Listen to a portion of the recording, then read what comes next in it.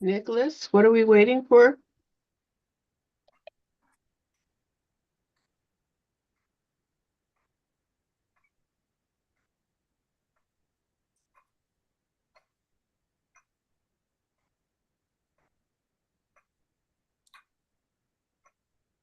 I think we have some technical issues.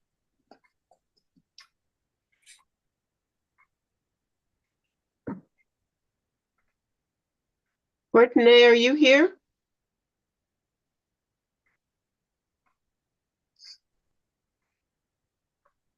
Could we get the co-chair to get this moving?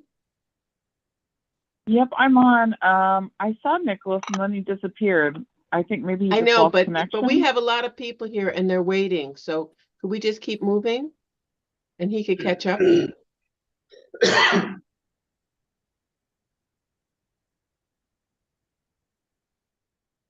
Courtney, are you willing to do that? Yep, I'm just finding the agenda. Okay, honey, I'm sorry.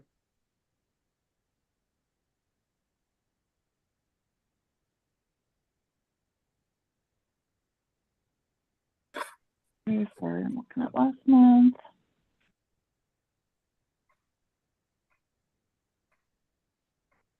Can I read it to you and then you could catch up? Actually, I think I have it, but didn't we have Edson McPherson in a previous meeting, or is he planning to? It Talk says again. that, okay, I'm going to read you what it says and then we can figure it out. 262839. So we have the next issue is going to be welcoming and greeting and introduction. Okay, so you want to welcome people and Sure. Hi, everybody. This is Courtney Lysell. I'm the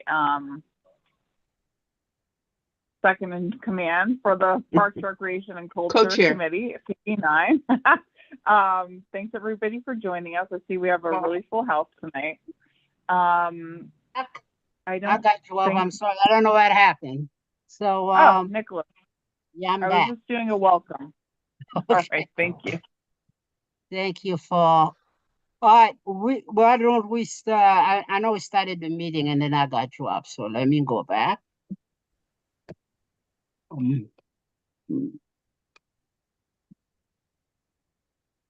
Oh, on all days.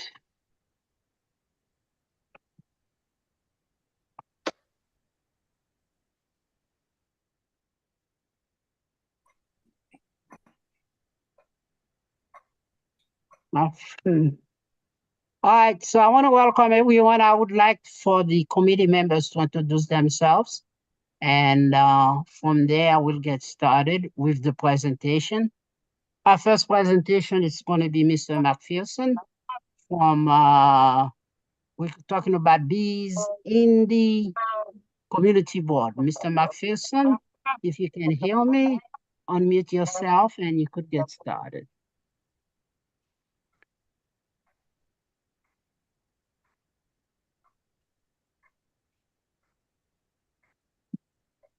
Hello. Okay, I think I got it. I'm still on some light here, has still traveling. All right, so I want to say good evening to everyone. I trust and hope that you had a wonderful day. This is Mr. McPherson, a teacher from Academy for College Prep, but I am also an apiculturist, and I think my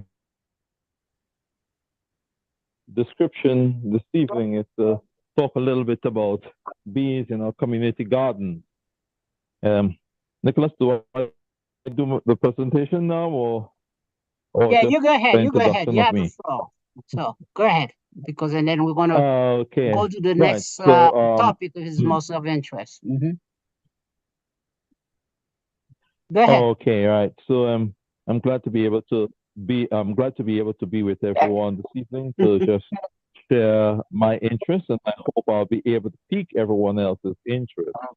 Well, as when I met with some individuals from one of the projects, I was explaining to them the whole idea about the honeybees in our community, and of course, because these are an ecological issue that we're having, that there is this disappearance of the bees, and I think that us being if the gardens is possible would be something that would help to maintain sustainability. And now, if we are coming into the spring, and this is about the time that if we are going to make this project happen, that we would really want to work on that. I was given the assurance to those who I spoke with before that bees in the community is becoming quite a way of life right now. As a matter of fact, that before New York City had Sorry, you're discouraged. breaking up, and it's really hard to understand what you're saying. Okay, let me see. Okay, hold on. Let's see if I could change the headset. Hold on, please.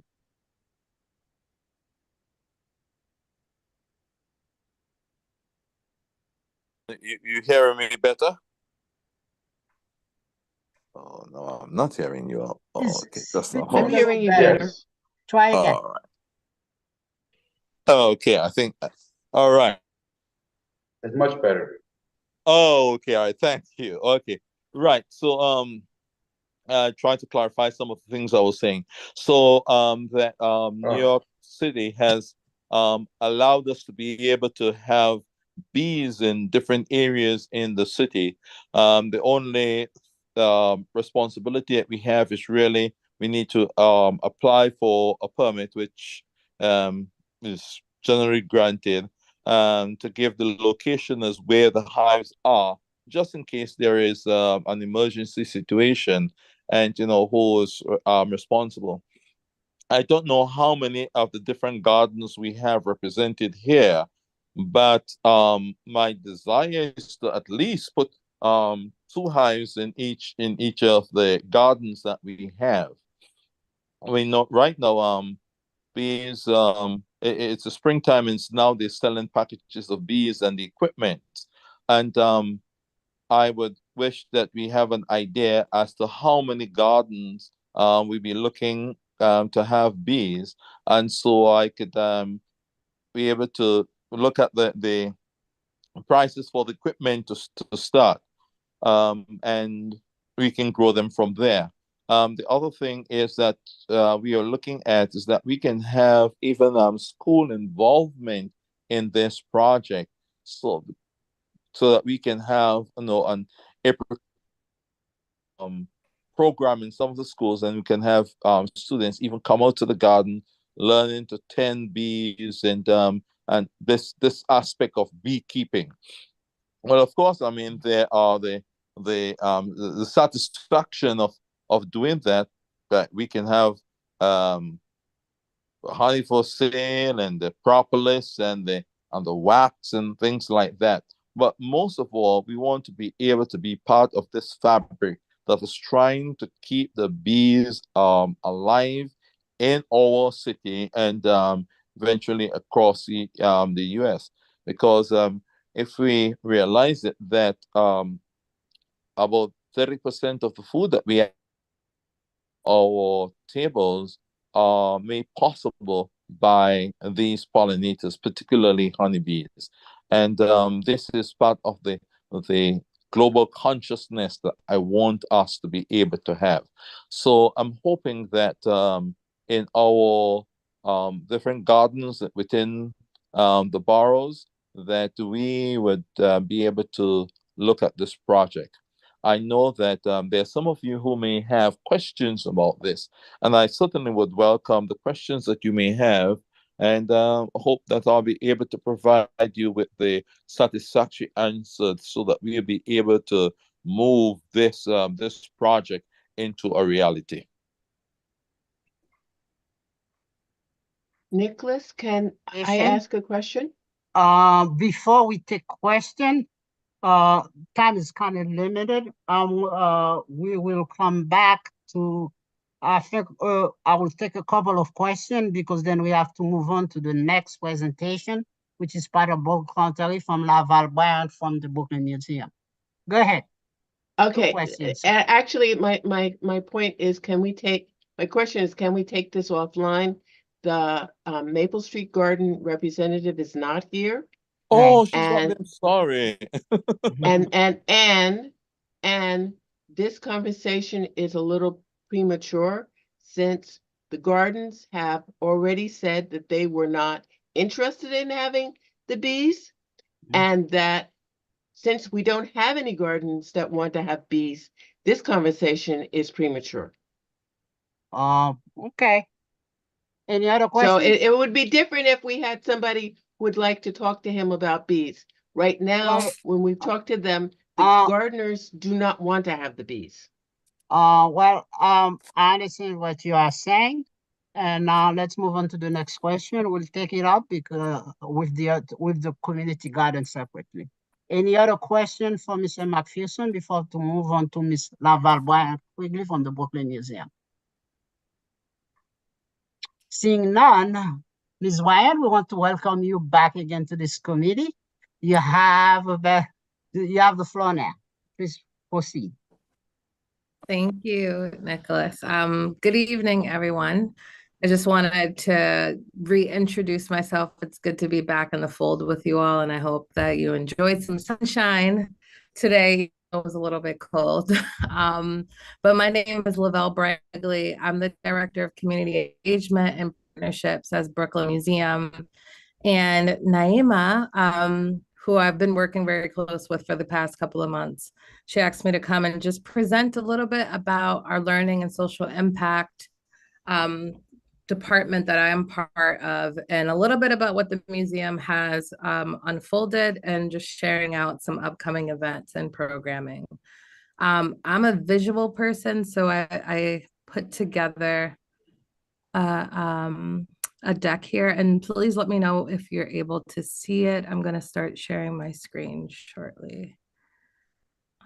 Desktop. Khalil, can you allow her to share a screen? Yes. Thank you.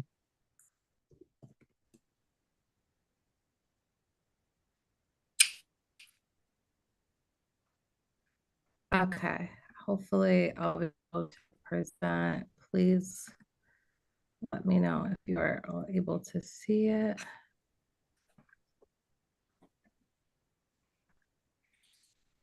Okay.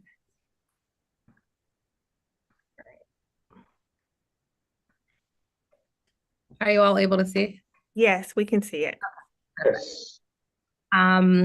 So as I was sharing, I am a part of the Learning and Social Impact group that was recently formed within the department about 2 years ago. Under it, it sets community engagement, our public programs, and education. And here are a few of the goals that we're trying to encapsulate in the next 5 years. One is a personal growth from myself, is just supporting more economic growth and business literacy throughout local business throughout Brooklyn. If there's any people that are local businesses or aspire to be but don't have storefronts, we do have the pop-up market that takes place on Sundays. So please feel free to reach out to me if there's any people that you may know that are hoping to just gain literacy with crafting and creating. Another one that we have that I'm really excited about that's launching actually this August is the Museum on Wheels. Been doing a lot of conversations thinking about how we become a more accessible museum. It's a table talk conversation throughout museums, but I would like to think that Brooklyn Museum is a place that people feel welcome, but I want to go a little bit more deeper when it comes to just handing out family passes for people. I want to go into spaces with people that may have never had experiences with art or even thinking about entry points to the museum. We've been doing listening tours throughout Brooklyn, within Brownsville, East Williamsburg, Sunset Park, within our district, within Flatbush as well too. Just thinking about the complexities of means to bring programming to different sectors. And we're hoping to partner with Title I schools, NYCHA Public Housing, and really igniting green spaces throughout Brooklyn and public libraries. Another one was the thinking about two projects that we've been navigating within learning and social impact when it comes to activism and social justice. And two of the main points that we've been getting feedback from within Brooklyn is talking about climate change, what we call climate justice and mass criminalization. And we're hoping to just connect work that we're doing with our organizational partners and amplifying their work within our spaces. Last was just growing and retaining our audiences, engaging more with people within the foster care and shelter system, within public housing and Title I schools. Okay, and next slide. So one of the programs that we've been enacting is called the Brooklyn Arts Collaborative for Change. It's a 1-year cohort. It's featuring 8 BIPOC organizational leaders, and they're awarded $25,000 at the end of these workshops. The workshops is understanding how it is to build development, what it means to fundraise, being in partnership with our elected officials. And we have finalized the 7 that we're working with, which is Art Resistance Through Education in Williamsburg, Oye Group that's in Bushwick, Red Heart Council that's in Sunset Park, Black Girls Sew, which is here in Bed-Stuy where I am, Black Trans Femmes, and we also have Rooted Theater Group that's in East New York, and Brooklyn United, who you may have seen on television or with our Nets games, but 100% of their students that are in the marching bands graduate from school. And we're just hoping to just further relationships and have this area of growth. We're in partnership with the Joe and Clara Sy Foundation, which is the owners of the Nets, but we're hoping to have this cohort every year. So if there's any ideas with other arts organizations that you all work with that you will see that will benefit when it comes to workshops around fundraising and development and what it means to really grow in executive leadership, and can be used with this $25,000, please feel free to contact me and let me know. So this is our Museum on Wheels unit. The official launch will take place in October 2024. We're about to be in our 200th anniversary. So we're having this big birthday bash. Think of it as a first Saturday on steroids. It's going to be on October 5th on the weekend, but it's a 25-foot Airstream mobile unit. We're working with a Brooklyn-based artist that is going to be creating art to wrap the space so it's a little bit more inviting, and we'll have programming set in it as well too. Right now it's in Oregon, being wheelchair accessible and making sure that it is dropped a little bit so it fits with accessibility and people feel welcomed. It's going to be a unit that literally can plug in anywhere, and it has air conditioning, solar panels. So we're really in a projector in there as well too. So we're really able to have programs that are based off of the needs in the different neighborhoods that we're hoping to engage. And then just a little bit about our upcoming public programs. We have had a program called We Speak, which is bringing people that have English as a second language within Spanish is what we're coaching, and we're going back to doing this on May 6th. It is available online and it's also available in person. Week in Art, we just recently opened our education galleries and had a reopening in the space. And it's open to all ages from 12 to 4 to have art making within the museum, and it's free for all.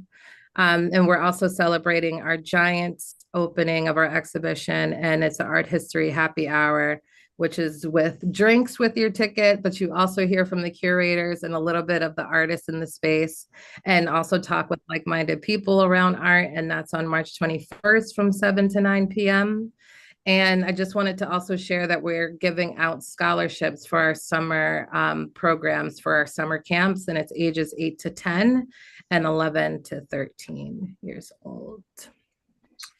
And a little bit about our current exhibitions. If you haven't been to the museum lately, we just recently closed our Spike Lee exhibition, which I was excited, being a native New Yorker and growing up across the street from the museum.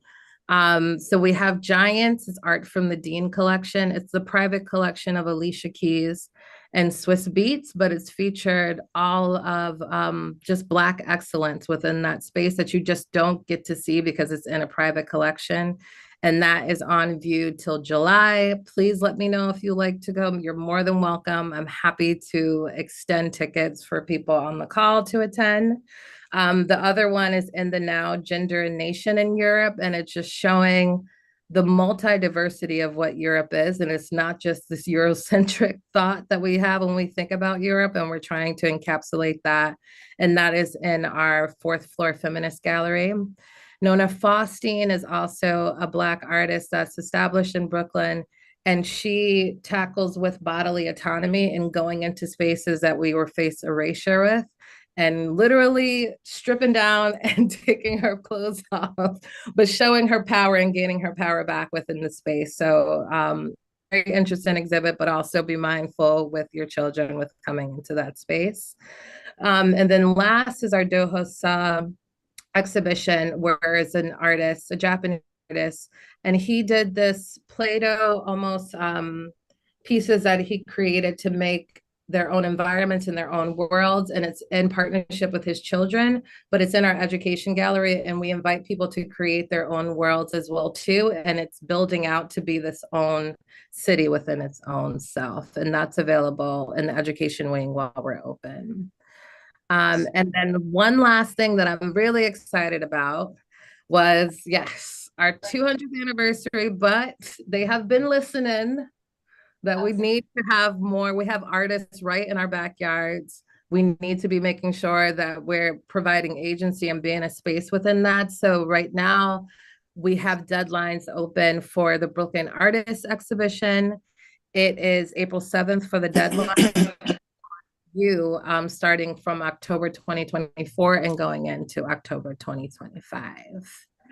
And thank y'all for giving me this moment to share what's happening within the museum, but also my information is on the bottom. If anything pertains to you or have any interest, feel free to reach me directly. And I am a thank you for always just being so close and connected and shepherding this effort that you all are doing within the community. But just really coming into contact with us, and I just appreciate the partnership. So with that, I'm gonna try to learn how to stop sharing. I think I stopped. Thank you, Laval, and thank you again for extending the tickets to us. The committee members went to the museum last month for a nice view of Spike Lee's exhibition and the Giants Dean collection. Yeah. And it was beautiful. It was wonderful. So we appreciate you, and we appreciate the continued collaboration with the committee. Thank you. I appreciate you all. Thank you, Laval, and we are going to keep working with that collaboration as much as we can and bring the museum really out of its confine within the community. I'm with you. I'm with you. On the other end, on the inside. So yeah, yes. Keep it tight. Thank you. Thank you. All right.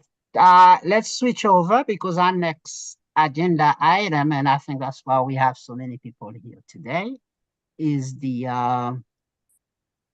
looking at the agenda from my end, is the situation Most Prospect. Before I go to that, is there any other public commentary people would like to talk about?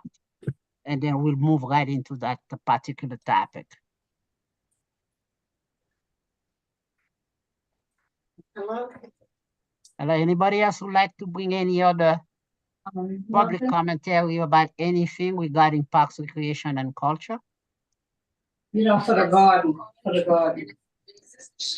I'm okay. All right. Seeing none, let's move on to the Mont Prospect Skate Park case. We're supposed to have the councilwoman today, but since the beginning of the week, she's not able to make it, but we wanted to start the discussion of whoever's here present. The office of the councilman said there will be a general information session in which I think the mayor's office is going to be involved. That it should be somewhere around the 25th of this month, but the date is not set yet. Sorry, you're breaking up. You guys cannot hear me? The audio goes in and out. Hello, is it better? But when I hear you, it's great, but then it cuts out. I think that it's some other people that are Puts not back in. muted, so it I don't know might what else be to say. chopping it up. South African, can you guys hear me? I can hear I you. can hear you now. Yeah. Oh, okay. So now, as part of public commentary, we'll make a list. I like to hear what people are thinking. Councilwoman said she will be there next month. So we're going to schedule her to be there. There you go. You're Oh, breaking. Wait, I can't. I'm sorry. Okay, now I'm having a hard time understanding. She will be where next month? She will come and address this committee in April instead of this meeting. Because there's a public information session that's going to schedule for the 25th, along with the mayor's office. She wanted to. And where will that be? Say that is Where will that be? the information that is going to be on the 25th of March. The information is not fully set up yet. As soon as I get all the information, that will be put out. Okay, but she will not be here because I'd asked for her or some member of the committee. They elected to come the following month. But what I would like to do is to start the discussion among the people present regarding the park. I want to hear as much as possible or as many people as possible about this particular situation. Is there There's so many anybody, people. anyone? Can we do a present? Can we do a timer? Like maybe everyone can get 3 yes, minutes? absolutely. Okay. 3 minutes is enough? Do we I think that that's 3 even minutes too is much. enough? Let's give everybody 2 minutes, if you would like That sounds to talk, good to me. because I know this is a subject of great interest, and I want to hear with as many people as possible.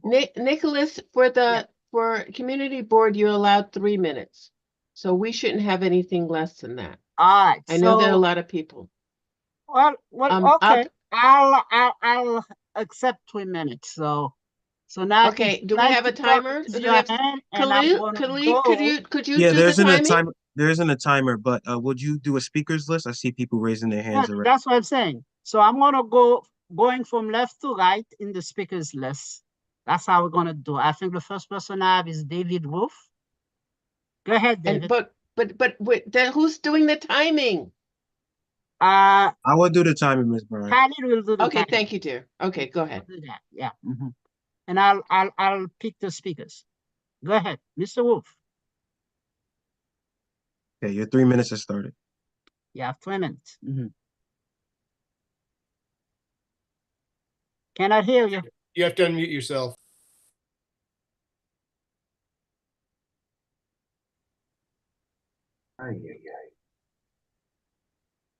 You have to unmute Should we yourself. go to the next one? Why don't we just go to the next one? Maybe the All next right, one is we'll come back to you, Mr. Wolf. Ian, you up next? Hi, can you hear me? Correctly. Yes, we can. Yes. Thank you. Yeah, my name is Ian Clark. I'm with the New York City Skateboard Coalition. I'd like to thank the good people of Community 9 for your great work. We support a skate park at Mount Morris Park, especially in this neighborhood. We understand a well-designed skate park for all New York City skateboarders will build an amazing community and will be a great neighbor. I understand also that Brooklyn Skate Garden, who I'm sure you're familiar with, their intention is to work with the community and to build a skate park that's well integrated within this amazing Mount Morris Park here. So it's the Mount Prospect Park. So I think it's going to be really something. And also I'd like to commend Councilwoman Crystal Hudson for opening up this Mount Prospect Park for more New Yorkers to enjoy. Thank you. Next speaker, please. All right, Elizabeth. Quinawa.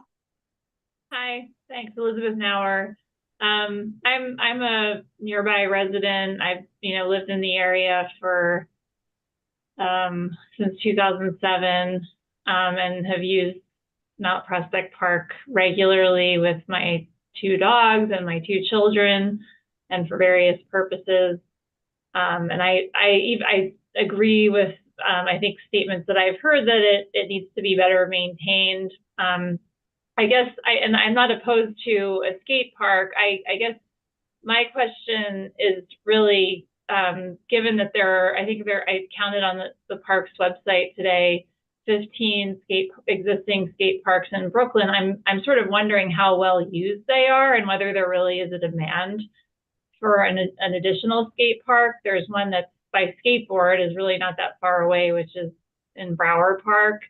And I think this park is well used by a variety of people. It seems like what I've seen as the intended size of the park will deny access or utility of the park to most of the existing users. So I'd be very interested in seeing a dialogue with whoever's planning the park, which is still not clear to me, about making it smaller than I've seen the proposal is intending.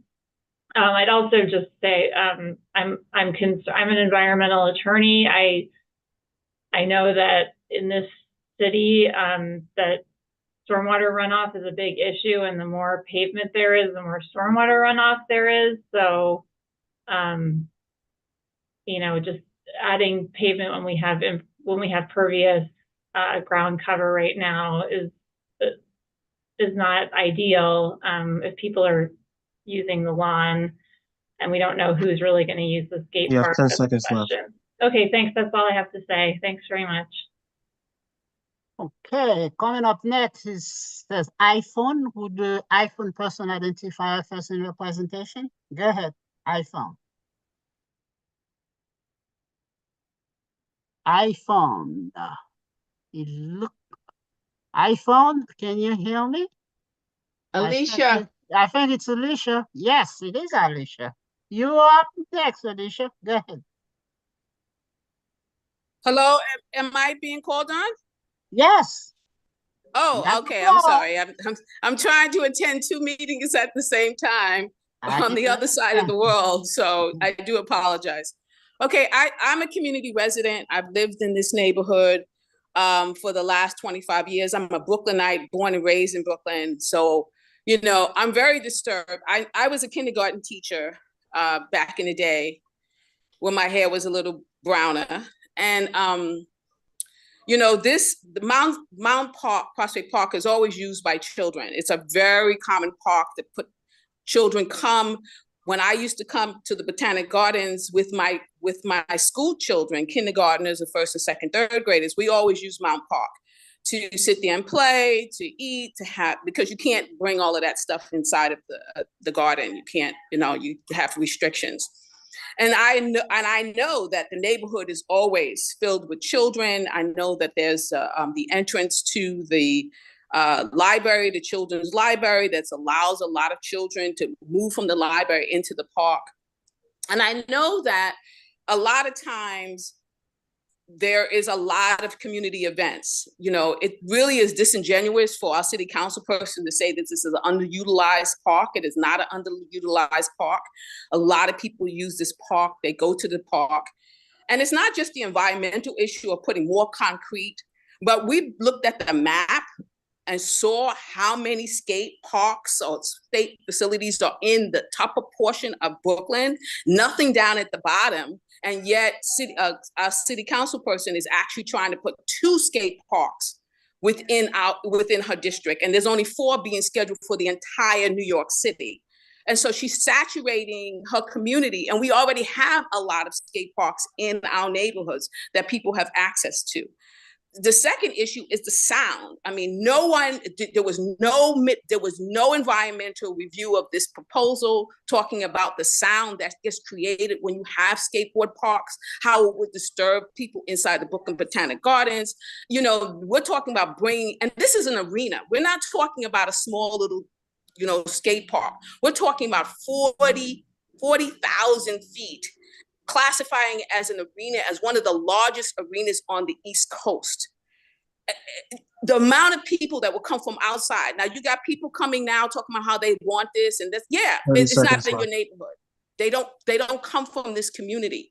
And what Crystal Hudson has to understand is that she needs to be listening to the residents in the community, because we're the ones who voted her in and we're the ones who could vote her out. And so there needs to be a stop on this project. It needs to she needs to be asking the community not what color we want this frame, but whether we want it or not, because that option was never given to us. As the residents in this community, we were never given the option of deciding whether or not we want this park, this skating arena inside of our community, taking away a very important park that is accessible to the residents. So I definitely oppose this project. I think that we need to be held in city 3 minutes is up, councilwoman Ms. Boyd. Your time is up. accountable. Very much. We gotta Accountable. get a lot of people Can I wanna just talk. finish the statement? Can I just Yeah, finish the complete the statement? sentence. Okay, Been I going just on for a feel long like time. we need to hold city council, our city council person accountable for this, and we need to push back and say no to it. Thank you. Thank you. All right, Miss Helen Cole, you're up next. Hi, I'm Helen Coe, and I want to echo the message of the previous of Alicia and Elizabeth. Can someone mute? I can't hear. So if you can mute the sound, it's hard to, okay. And what I would say is, this is not a skateboard park. I think many of us we're not opposed to a skateboard park. The fact is that what they're proposing, 40,000 square feet, makes it the Northeast hub. This would be the regional hub for skateboarding. So, you know, if we reduced it to one thing, that's what's going to happen in Crown Heights near the Brooklyn Children's Museum. It will, if anybody's been to the park, we've measured it. I'm involved with Kerba and also Friends of Mount Prospect Park. It will swallow the whole middle area. That is most of the green space. I forget what the total area of the park is, but if you just take the green space, which the middle round section where everybody walks their dogs, they play Frisbee, they have children's birthday parties, several schools use it in the summer because they don't have a playground. Many, many people use it. So that will be swallowed and concrete will be poured over it. So the Brooklyn Museum person said, you know, we're trying to ignite green space. This is swallowing up the green space, the dominant green space in the park. So why don't you move it to a place where it already has concrete? That's fine. It's already been poured over with concrete. Why do you want to take up more concrete? Brooklyn has the least amount of green space of all of New York City. It's hard to believe because we live in most of it, but that's the fact. So you're taking away more green space. You're swallowing up the entire middle area to pour concrete over it. You know, Ian was talking on behalf of the skateboarders. That's fantastic. You know, nobody's opposing skateboarding. If you want to reduce it to 10,000 and make it a small part of the park, that's fine. You have to remember the park, Crystal Hudson says it's not going to disturb the dog walkers, the children's playground. It's a very important, vital children's playground. How are you not going to disturb that? It's not going to be closed. Of course, it's going to be closed. The children's playground, you know, I'm not saying skateboarders are irresponsible. They're very responsible, I'm sure. It just takes one skateboard to go whacking down the incline to the street to hit a kid or whatever. There's a lot of things. They're proposing to put huge lighting. Those of us who live in the area, we have enough lighting. 20 for seconds the left. museum.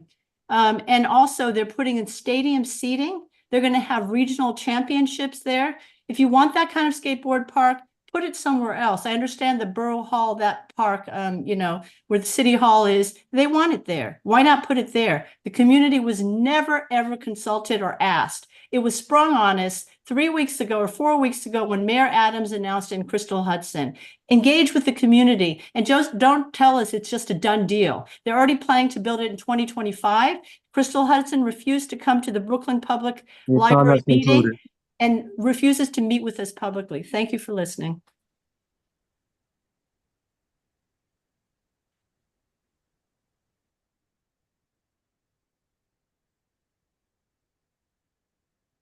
I have a question, please.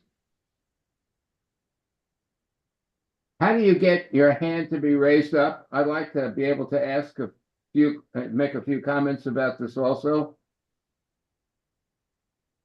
If you look under, you'll see reactions down low on the bottom of your screen. If you just click on raise hand, you should find it there. Okay. Thank you.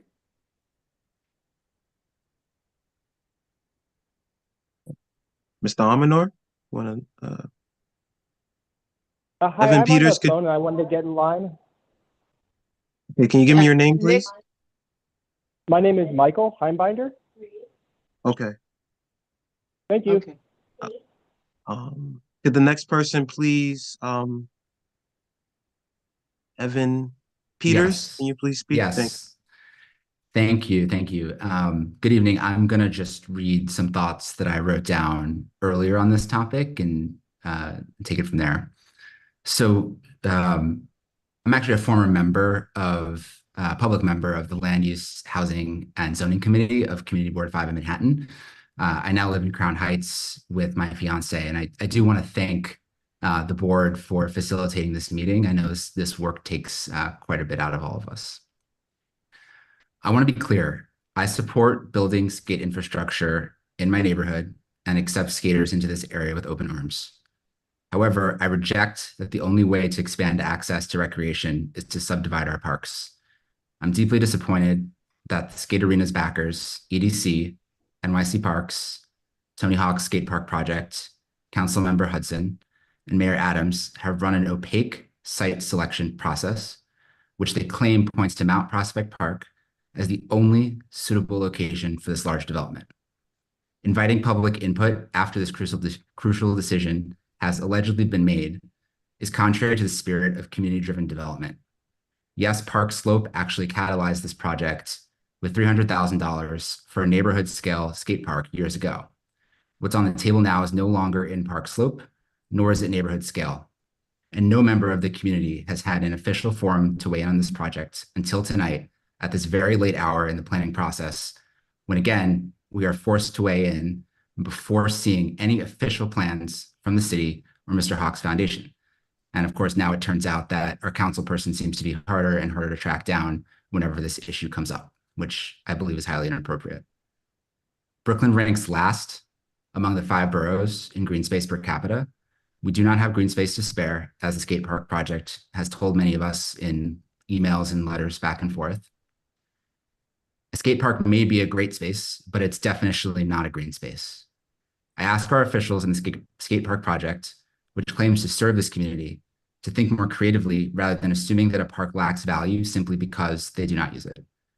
I'd love the city to invest in Mount Prospect Park to replant the limited amount of once grassy areas that have been lovingly worn down, but whose purpose does it serve for the city to defer that low effort care just to turn around and claim that the only way out of the problem is to pour concrete on it? Thank you. Thank you. Steve, could you please speak, unmute yourself? Hi, my name is Steve Flack. I'm a native New Yorker. I am here to speak in favor of the skate park project. I have taken up skateboarding as an old man, and what I found is a community of people looking for spaces in the city that welcome them with open arms. And in a time when we are forcing people out of most public spaces, creating more space for them is, especially teenagers, is incredibly useful. And I think Mount Prospect Park is an amazing place for it because Mount Prospect Park needs a lot of work. For some reason, the second highest point in Brooklyn normally floods because it's not truly a proper green space. It's an old reservoir filled with dirt.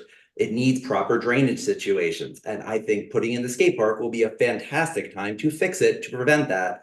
Also, it is currently being used and abused by dog owners who currently abuse the off-leash showers, which is why the grass doesn't grow.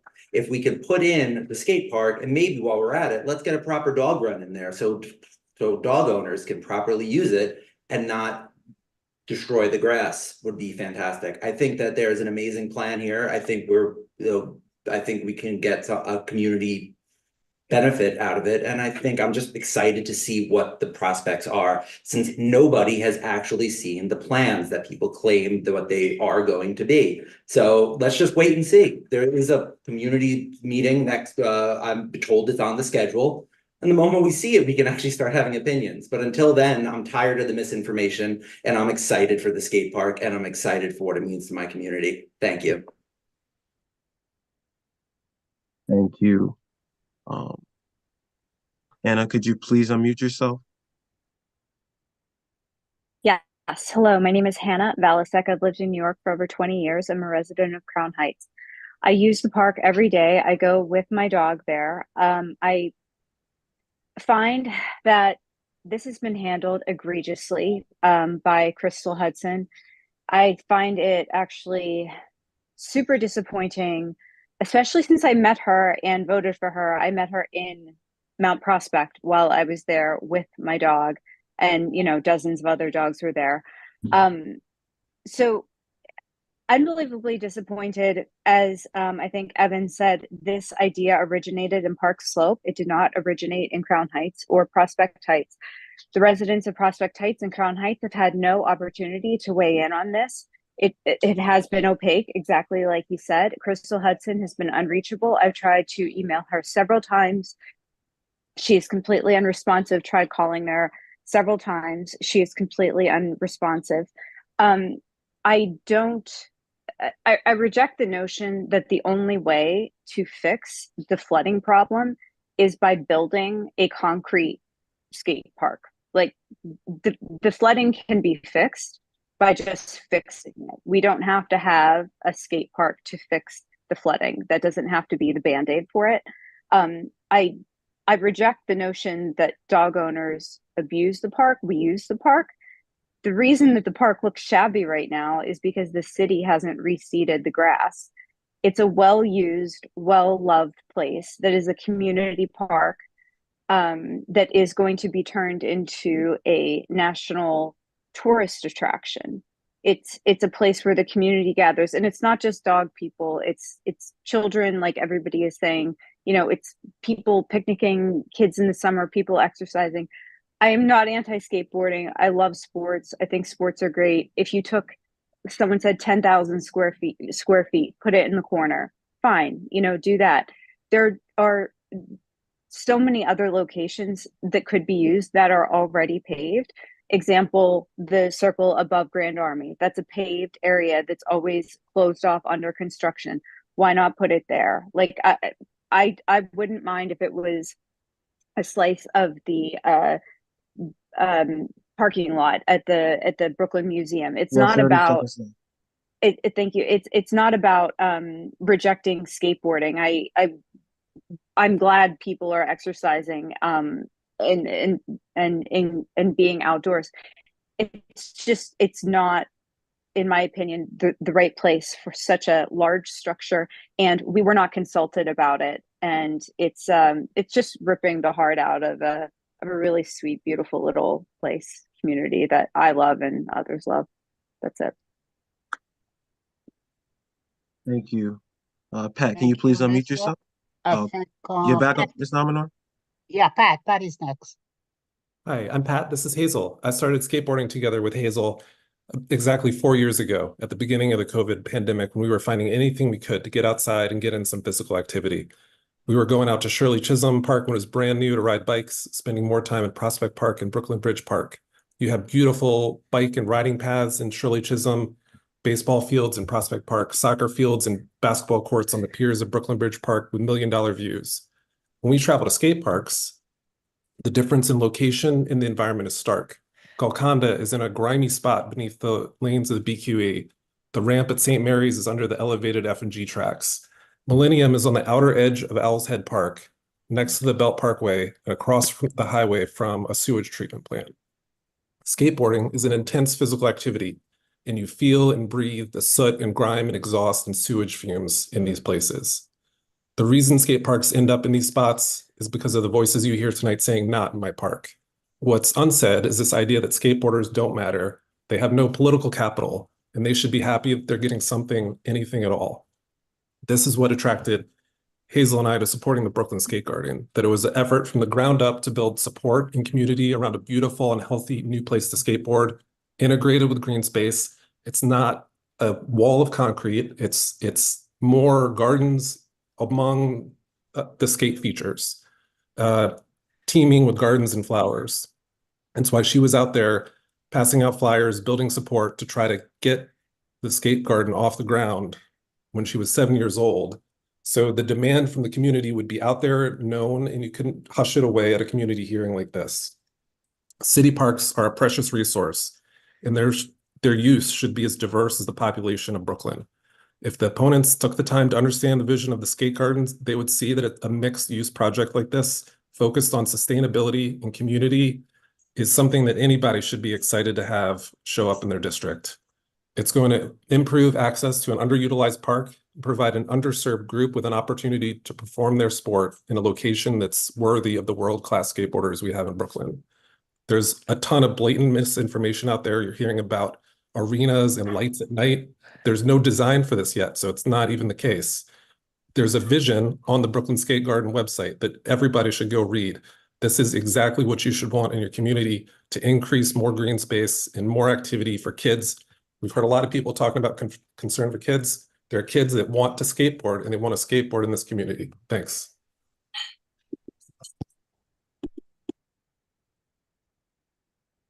Thank you. Thank Lisa. you. Lisa Schreibman. Hello, I'm Lisa Schreibman, and I have lived across the street from Mountain Prospect Park for over 20 years. I use the park every day. The notion that this is an underutilized park is just preposterous. There's no statistic that says that. You call the council member, she can't figure out why that's being said. You call the Parks Department, they can't say why that's being said. So my only thought about why that's being said is that there's propaganda going on to make us believe that if something else has to happen there. Like a lot of people have mentioned, there are lots of other places that are already concrete nearby that could support the skate park. The area that the Green Market shows up at Grand Army Plaza, the area just just north of the Arch at Grand Army Plaza, the parking lot that's next to the ice skating rink in Prospect Park, the grand entrance that's at Empire and Flatbush. All of these are the same, have enough square footage to replace. All of them are in the community. None of these are disrespectful places for skateboarders. What they are is pre-paved. What they are places that aren't taking away green space. Somebody talked about the fact that it floods and that's bad. And you know what? The Parks Department is fixing that as we speak. Big pipes, stair being replaced, it's all going to be fixed. We don't need the skate park to come in to make that fix. What we need is the Parks Department to attend to the park and reseed it like it reseeds all of the fields in Prospect Park. What we need is a skate park in a place that's appropriate, that's already a piece of pavement. What we need is somebody from the city council to come and actually speak with us, because I've written to her multiple times and she doesn't respond to me. Many of my neighbors have written to her multiple times. She doesn't respond to them. So I'm really pleased with Community Board 9 that you've opened up this forum, because you're the only folks who are willing to have a conversation. And this is the kind of reaction that, when government comes in and tells you this is what you're going to get, pisses people off and makes people think government sucks. So thanks for allowing us all to air our grievances, and have a very good evening. Let's move on. We have next Wade Yates. Good evening, Wade, everyone. Unmute, please. How's it going, everyone? My name's Wade Yates. Longtime skater, 18 years. I'm actually from Brownsville, Brooklyn, New York. I've worked for the Harold Hunting Foundation for 10 years as a mentor for youth who skateboard. And most of the kids that I've mentored are from South Brooklyn.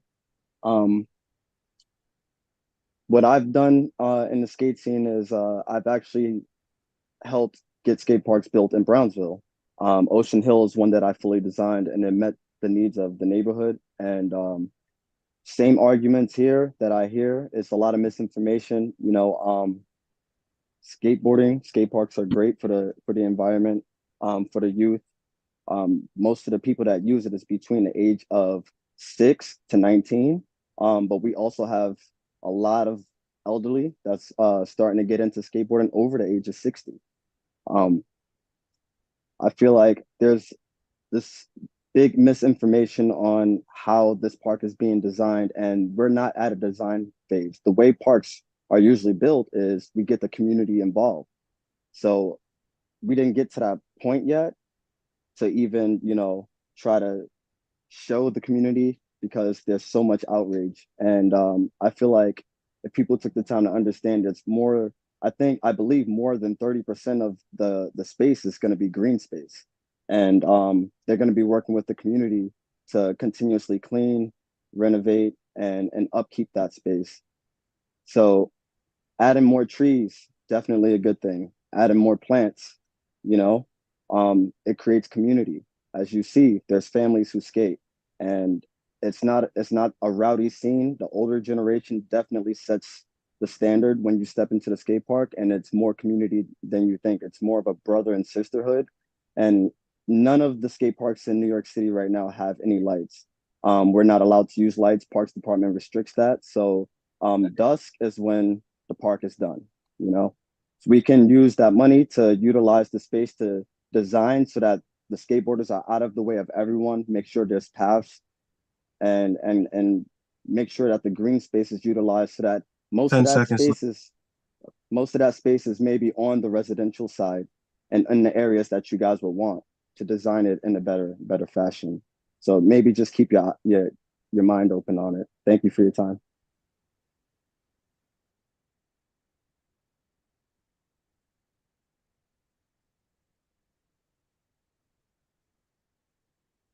Okay, thank you. Joshua, could you unmute yourself, please?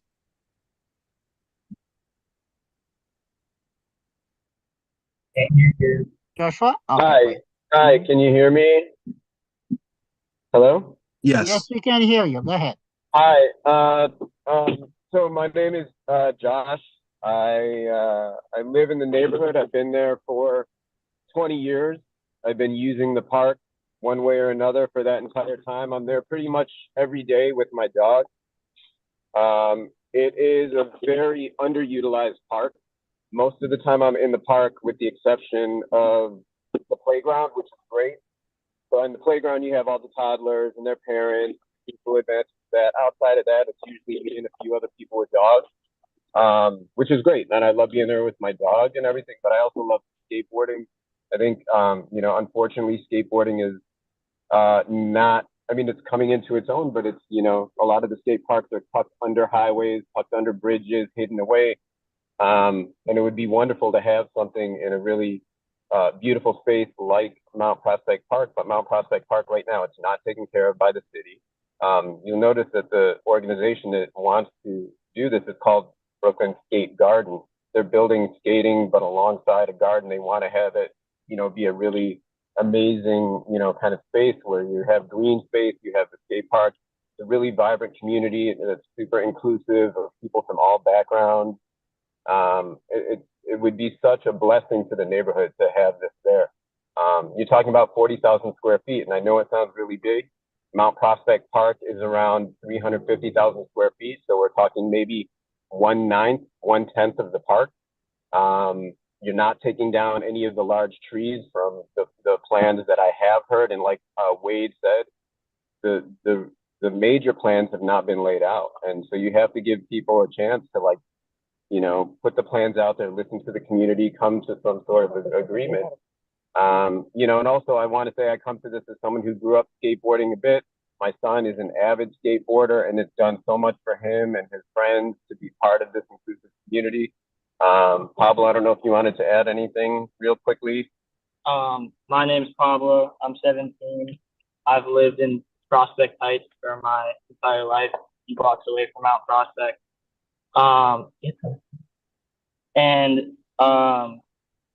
Someone said earlier there's like a lot of skate parks within quick distance of the neighborhood or whatever, and they mentioned Brower, and like another one that comes to mind is Washington Skate Park at 5th Avenue, 5th Street, and they're both pretty close, about a mile, but they're very underutilized and very underfunded and not taken care of well. And people have tried to get those parks refurbished over the years, and it just hasn't worked. And because of that, like, that's part of the reason that people are asking for this new park.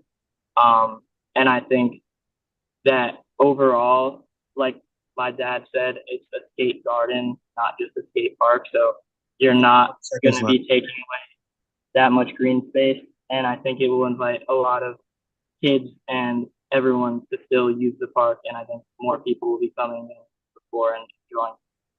Thanks for your time.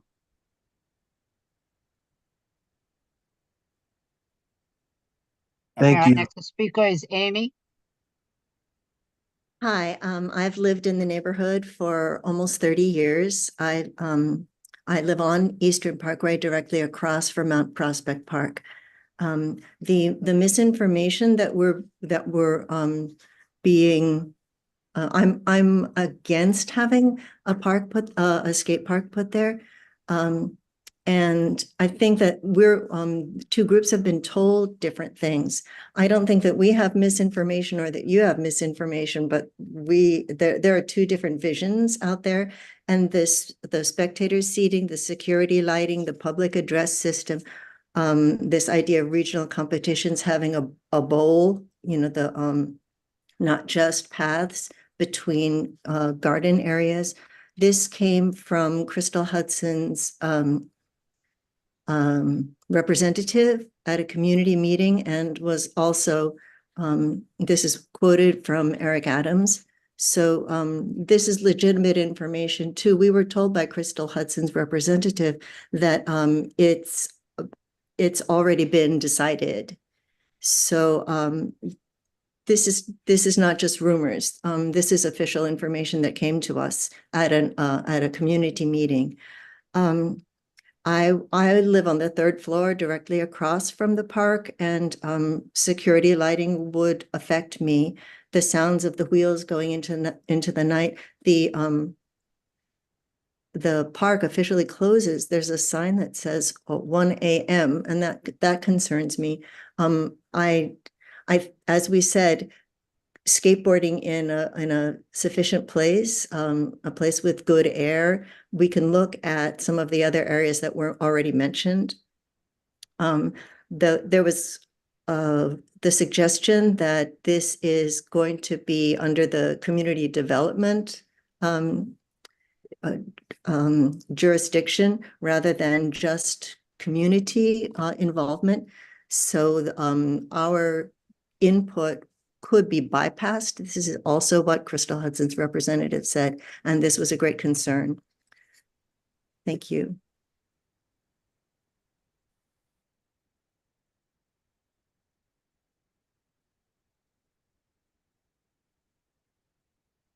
Sorry, Thank you. David Wolf, your turn. Can you hear me now? Yes, we can. Okay, great. Well, thanks for allowing everyone to speak. I would like to clarify a couple of things. New York City Parks has actually had numerous meetings about this of open forums. And I know that it's not just like,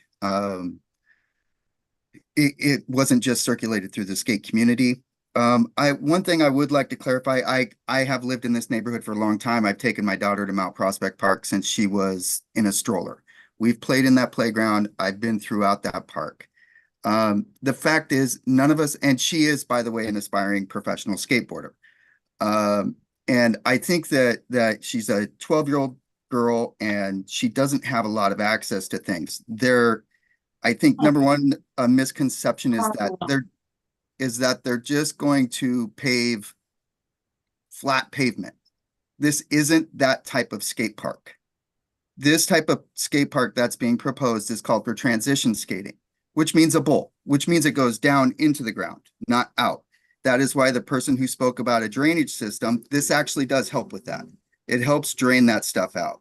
I worked with the Governor's Office of Storm Recovery refurbishing Roberto Clemente Park up in the Bronx. I'm very familiar with this issue.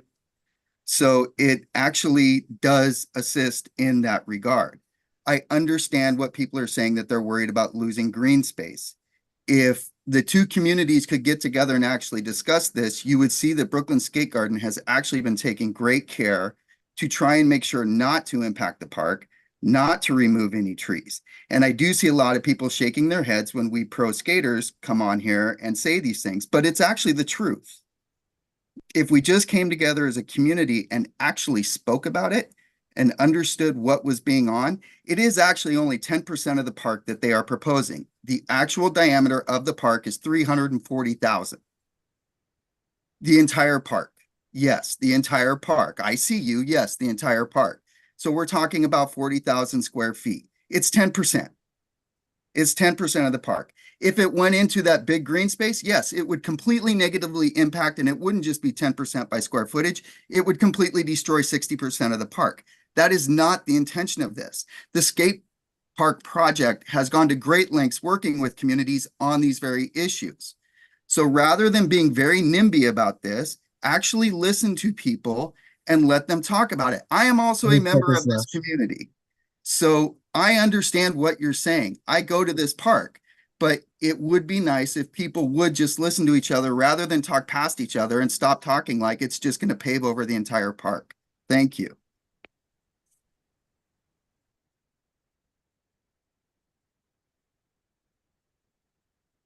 Thank you. I think next is Monahan. Okay, so I'm just going to echo a few things that have been said already. And as one of the skateboarders from Brooklyn that's closer to the elderly designation that Wade spoke of earlier, I've been a part of the New York City skate scene for over 30 years. So I speak from a place of you know, longstanding knowledge, not something that I wish on myself, but that's just the way it is. But first of all, skate parks are not just something that you plop on a random area of pavement. That needs to be said again and again.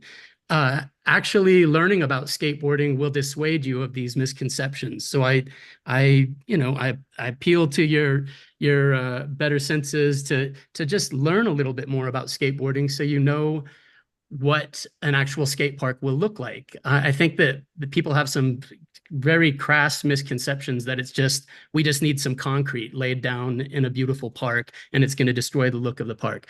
The skateboard parks that already exist in the area are not very well made, and they're nowhere near a world-class level that the kids of New York deserve. You know, there's no skate park that is actually, somebody spoke of a hub. Well, there are no hubs in New York or anywhere on the East Coast for that matter, outside of maybe Florida and, a few other places. But there's nothing in New York, and it's robbing kids that skateboard of the opportunity to have something world-class nearby. And if you do look at what Tony Hawk's organization, the Skateboard Project, is proposing, internally, I can promise you that it's really about keeping building a very quiet skate park, something that's not noise, noise pollution. It's also, the park. Our intention is to make it green. We want to integrate with the green of the park, actually enhance the green of the park, and build something that's beautiful. And it's very important that skateboarders have access to green spaces too, not just dog walkers. But to that point, I think I can speak for skateboarders. I am a skater. I know all the skaters in the city. We don't mind dog walkers. We don't mind children. Children are the majority of us that skate. And everybody will be considered a part of this park. We will welcome you guys with open arms. And it seems like some of the people that don't have a clear picture of what we want and have misconceptions don't seem to have that same warmth and inclusivity that skateboarding as a culture actually has. A beautiful park for everyone is what we're aiming for. And it seems like some of you are not so inclusive in judging skate culture on some very misguided stereotypes, shoving us off to some ugly slab of concrete wasteland 30 like seconds we left. usually get, is very crass. Oh, let's stick them under a bridge somewhere and give them cancer breathing in dirty air because it's just concrete over there. It doesn't matter. We want something green too. It seems like all of you want to maintain your green space, but you want to deny skaters to have a green space also. And that's very unfortunate. And I think if we spoke your opinions would change about us and about what we plan on doing. Okay, thank you for your time. Let's move on to the next person. Jason? Hi, thank you. Hi, I think if we spoke, maybe we could, but the problem is there's been no community outreach whatsoever.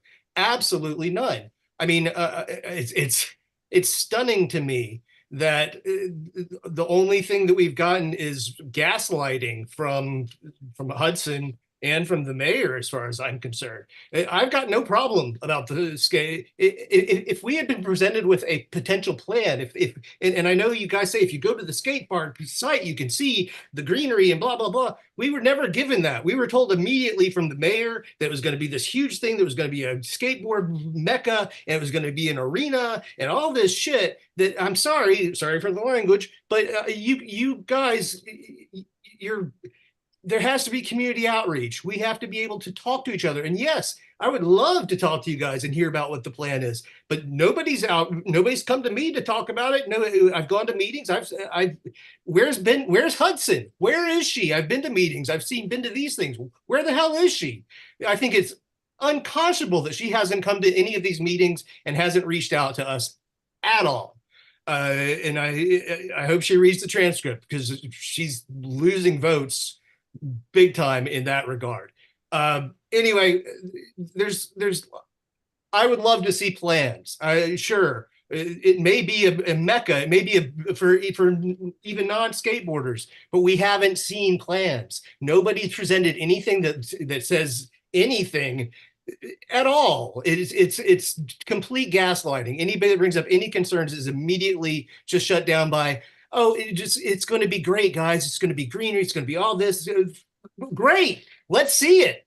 Let's see the plans. Why haven't we seen the plans? If it's going to be done next year and they're planning on building it next year, there's already plans made, people. You don't make plans in a year and get it put in a short period of time like that. It doesn't happen. Look, it may be great, and I may actually totally embrace it. Again, let me see the plans. Or just something that's even close to what it might be, what you have in mind. Because I'm sorry, the skateboard website doesn't really give you a great idea of what it's supposed to be. Anyway, thank you. Good luck, everybody. For your time. Thank you for your time. We have a lot of people. Yep. I think we're going to make Loman the last speaker. So let's go to the next person, Jay Bird. Hi. Yeah, my name is Jason. I'd like to speak just a bit to like the enrichment aspect of what skateboarding has to offer. I am a skateboard coach and work with a skateboard after school program in Brooklyn that's been around for 20 years. And, you know, like a lot of the other skaters mentioned, you know, we've had the issue of skating in under bridges or in, you know, a parking lot type situation.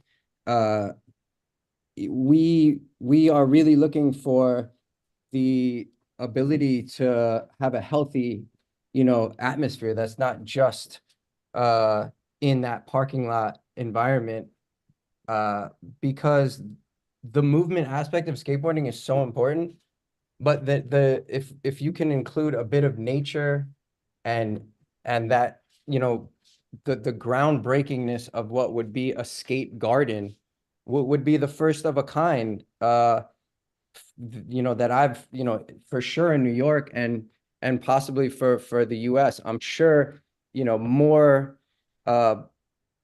progressive countries, Sweden and stuff like that, they've capitalized on this kind of thing, you know, a long time ago. I feel like we're, you know, super behind the ball, and you know, it would be a proud moment for New York to, you know, create this, you know, progressive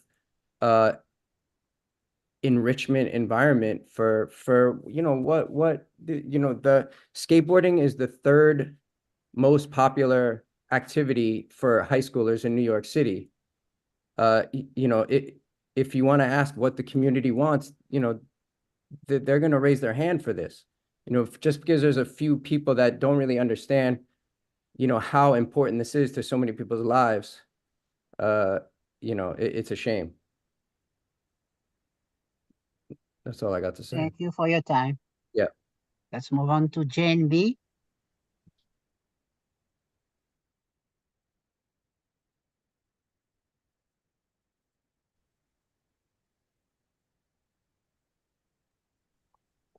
Jane. Hi, sorry. Hi, my name is Ian. My daughter's name is Jane. She uses this phone for Zoom for school. Anyway, I've been a member of the community now for over a decade. I have used Mount Prospect Park more times than I can count, with my dog, with my kids, and I really look forward to the redevelopment. I've been a skateboarder for most of my life. I've spent a lot of time, as discussed, at skate parks, surrounded by freeways, breathing in exhaust, and the idea of being able to ride a skateboard in a park, be more present with nature, and just generally practice the craft without having to put myself in environmental danger is something that I am pretty excited for. That's all. All right, well, thank you. Let's move on to Rich. Yes. Hi, my name is Rich. I have been living in the area for about 23 years. I've got 3 kids, all of them born and raised in the area, and I've skated for the majority of my life. I'm super excited for the skate park that'll come here. And if you take a look and say, oh, there's this many skate parks in the city, but if you take a look and see what there are for transition skaters, for people that want to skate bowls, you have to go to Pier 62 or up on Upper Riverside Drive, or pay money to go to Substance Skate Park. And as an older skater, what I skate mostly is transition. And the beauty of that is you get to have experiences with a lot of younger people. Also, skateboarding has become a very inclusive sport. Growing up, it wasn't, and it's now you have all kinds of people doing it from young to old, all kinds of races, all kinds of genders, all kinds of experiences in the communities that are built. And the fact that you can have it in a beautiful place and experience the beauty there is great. And yeah, a lot of the skate parks are just seem to be thrown under, you know, a bridge or some random place. And, you know, there's like, we want to have all these great spaces for a dog walking. But when it comes to this sport, it comes to kids, it's like, you know, put them in Grand Army Plaza, you know, where they, you know, that seems incredibly dangerous, or put them in some random place. Why don't we make them seem special? And this is something that actually makes it special. It makes it, the kids say, hey, you're interested in this, and we understand that, and we want you to have a really good facility to become good. And there's been kids that have have gone to the Olympics through growing up skating in the city, through the efforts that the city has had. And we don't know the great things that'll come with the youth of our city and the relationships that they can have. And I think some ways the change is hard. You know, I think like the Eiffel Tower, they didn't like it, but eventually it became part of their identity. And I realized there's a lot of change here, and it might be hard, but in the end, it's a jewel. And for a lot of people, it will be. And I'm incredibly excited about it. And I hope everything goes through. And I'm looking forward to have a beautiful space that it can be used by a lot of people. That's all I got to say. Thank you for your time. Well, we were almost running out of time. Try to keep your comment as short as possible. I think up next is Claire. Hey, y'all. I'll try to make this bullet point and quick. I'm a 50-year-old. I grew up skating. I'm also been a member of Prospect Heights for 20 plus years. And I live across the street from Mount Prospect. So I'm torn, right? I'm for a skate garden. I am just a little concerned about not only the terrain up there and how that's going to work, because it is a very, very weird elevation, and then it drops off on both sides. Have you been there? You can see it drops off on every side. It's going to take a lot of work to build that out so it doesn't continue to flood. Number one. Number two, thank you, dads, for bringing your kids, your daughters especially. I support that. I don't think that's a good place for us to have a huge stadium. So I want to talk about that. This is supposed to be the largest skate garden. You're squishing your face over there, but this is the disinformation that we've been given, is It's going to be the largest skate park on the East Coast. The light pollution that has been provided not only by Crystal Hudson, it's been talked about on Instagram by Brooklyn Skate Garden. I read that. It was taken off. I can't find it anymore. Noise pollution, it will happen. It's skateboards. It's loud. Noise pollution, right? Concerned about the watershed. And also we're talking about a park that everybody's saying it's utilized, right? It's so utilized that the grass is no longer there, right? But then it's also underutilized. Those two things don't make any sense. Who's going to take care of the skate garden? Does anybody have that answer? Because if that park's not being taken care of now, who is going to be in charge of taking care of that new place? Okay. We need answers. The community has not been consulted on this project. Are the skaters going to stay there and clean up the trash? Are they going to take care of the gardens? Who's going to be responsible? We need information, right? We are here. We just found out about this 5 weeks ago. That's all I got. Thank you for your time. Let's move on. Dr. Elizabeth Fox. Hello, thank you for letting me speak. I live across the street from Mount Prospect Park on the 3rd floor. I've been in this neighborhood for 31 years and brought up my daughter here. We've played in the park. We use the park all the time. I think the misinformation that we've been accused of reacting to is partly because we have not seen the plans. Everyone says, oh, don't worry about the noise. Don't worry, it's going to be a beautiful garden. When I look at planning sites for skate park planning sites, I see 5,000 square foot, 10,000 square foot, 40,000 square foot. 40,000 square foot is very big. I hear what we've been told is 40,000 square feet, stadium seating, and security lighting. Just going on that is alarming, especially since I cannot see any of the mitigating factors. If I go on the Brooklyn Garden Skate Park website, I see pictures of skate parks that are maybe 5,000 or 10,000 square foot parks, not 40,000 square foot parks. If the other parks in the city are so poorly maintained, why don't we revitalize those parks? Who is going to take care of these parks if we do them? This is an arena. We're not talking about paving over for 2 tennis courts. We're talking about an Arthur Ashe Stadium. This is not an appropriate place for it.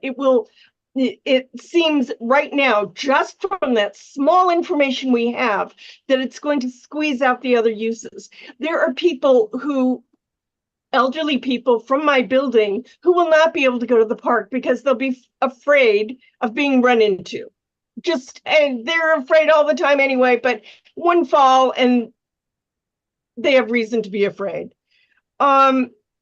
The park is very well used, but it does need upkeep. And ideally, we would have an urban planner who consults all of the neighborhood to find out all of the uses for the park so that all of those uses can be maintained, not just skateboarders, not just children, not just older people. So I beg the people planning this to please give us the plans so that we can have a dialogue. Thank you. Let's move on quickly. Try to keep your comments quick. We're almost out of time. I think we have another 4 or 5 minutes left. Miss Elizabeth Goldman. Hi. I live in Crown Heights and I use this park daily, and I want to be brief and speak more about the plans and the process. I'm a designer, so I understand these processes. To be able to gain favoritism for this project by Mayor Adams and Crystal Hudson, this project has had more than a brief. For this project to be completed in 2025, that's 18 months away. It's had plans, it's had renderings, it's had architects, landscape architects, engineers, and professionals, such as some of you on this call, weighing in. When we've been told it has not been designed, simply put, It has to some extent, whether it's preliminary or not, it has. There's members in this meeting who've talked about the design tangentially. There's people who've been interviewed and they've talked about the design in more concrete details. And I think what's frustrated me and so many other members of this community is that we've been told it's not been designed, but the evidence is showing otherwise. And for anybody who says, speak to us, your opinions will change, come and talk to us in the park. We're all there daily. And starting by calling your members of your community NIMBY is not a good place to start. That's it. Thank you. Thank you. Let's move on. Melanie?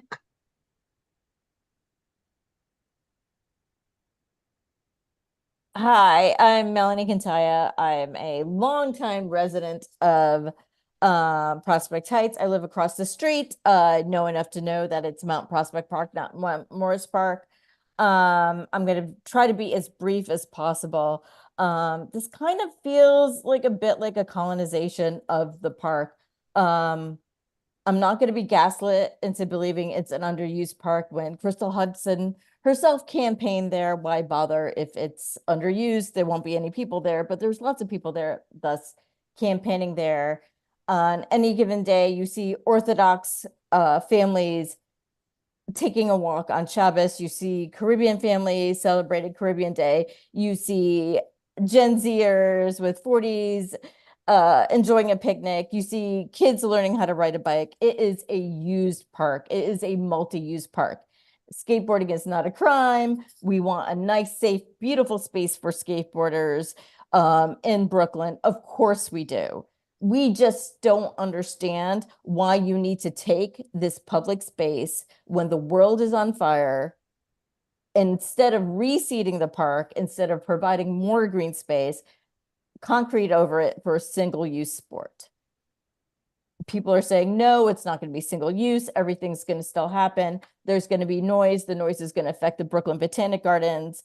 My husband is a guidance counselor in a Title I school in the neighborhood. That's where they have field days. That's the school's outdoor space, as is for many preschools and for younger grades. It's a multi-used, vibrant park. We're not against skateboarding. We want skateboarders in Brooklyn to have a beautiful space, but Tony Hawk has $11 million to put up. I'm sure he could make that space at Empire and Flatbush or very many spaces into a beautiful garden skate park without taking things away from the elderly, the disabled, the children, people of all backgrounds from using this park. It's the very best of what Jane Jacobs described as what city and public spaces should be. We don't want skateboarders not to have their space. We just don't think this is an appropriate space for it. And I will yield. 30 seconds left. Okay, next person. Aidan Bala. Yes, hello, hi. So, I keep feeling like I've been having this conversation over and over and over ever since the plans for this skating area was announced, and I just have a few thoughts, a few things. First of all, I'm 22. I have lived in this area for my entire life. I was born in Park Slope. I was raised in Prospect Heights. I grew up, I was a toddler afraid of going sledding on the big slopes in Prospect Park in the snow because I was afraid to get hit by the bigger kids. So I went sledding on the little slopes in Mount Prospect Park until I felt confident enough to go sledding on those big slopes in Prospect Park. And our green space is shrinking all of the time in this city and in the world. And I don't think that there is anything that justifies paving over any more of the little green space that we still have in Brooklyn. There seems to be some presumption that everyone objecting to this plan is just anti-skateboarder and doesn't understand how skate arenas work and needs to do more research. But in my opinion, this is not about NIMBYs or skateboarders, NIMBYs versus skateboarders. This is about concrete versus green space, and green space is so valuable.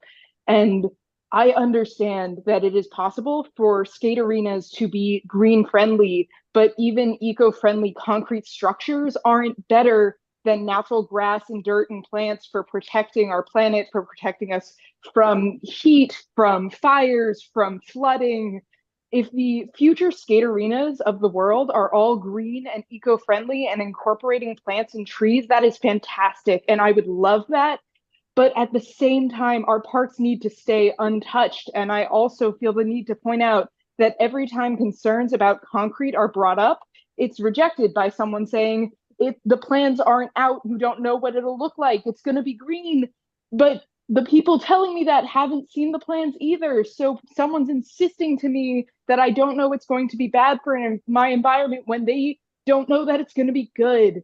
And every argument I hear says that 30 seconds all left. the skate arenas in our area are run down, and that's why we need to build this one, because all the other skate arenas near us aren't good. And I just don't understand why, if we have all this money for a skate arena, why don't we spend it revitalizing an existing arena that's being used already, instead of paving more green space and building another and just abandoning the pre-existing arenas to rot? Why don't we build a skate arena somewhere that is not by a highway, not breathing in exhaust, that is green and full of plants, and keep our park? Why can't we have both? Right. Thank you. You're here. 100%. Thank you. Aiden, Uh, can you go? Next is Can you- Park Daily. All right, try to keep it short. Yes. After the last person would be Kate Yaskob. I have to cut off. I have other business for the community. Right away, I would love to stop calling this a skate arena because I've never heard of a skate arena. So if there's any skate arenas, somebody please tell me where they are. This is going to be a skate garden. I'm Michael. I own a business in Crown Heights for 15 years. My family's been in this neighborhood for 3 generations. I don't think it's fair to tell the children of this community to get on the bus and go to a skate park someplace else. They deserve to have a safe place to skateboard in this neighborhood. Oh, baby. Park. There's plenty of room for everybody at Mount Prospect Park. Everything that you do there now, you will be able to continue to be able to do it exactly the same. There's room for everybody. That's it. I yield my time. Thank you very much for hosting. Thank you for being short. Thank you. Can we please respect everybody here, please? Thank you. Aaron, is it Hamilton? Anaton, yes. Can you guys hear me okay? Yeah. What's going on, guys? Yeah, my name is Aaron. I am actually a skate park advocate and volunteer with the skate park project. I've also been a skate park advocate for the last, I don't know, since maybe 2011. I actually helped advocate for the Riverside skate park that's up on 108th and Riverside Drive. I just want to speak to skate park infrastructure really quick. Just from the comments that I've heard tonight, I've worked with skate park contractors specifically in California. I think the New York City skate park infrastructure process in general, especially when working with New York City parks, can be very opaque.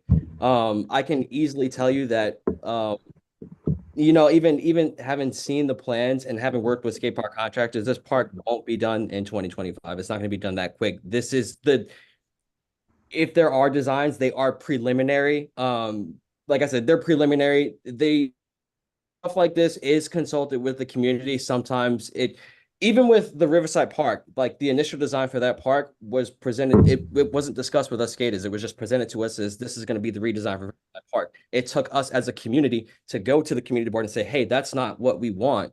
Can you work with us on what we want? And that's what they did. So it just, yeah, just small things like that. Also, when I hear things like, you know, just build it over a piece of concrete somewhere else.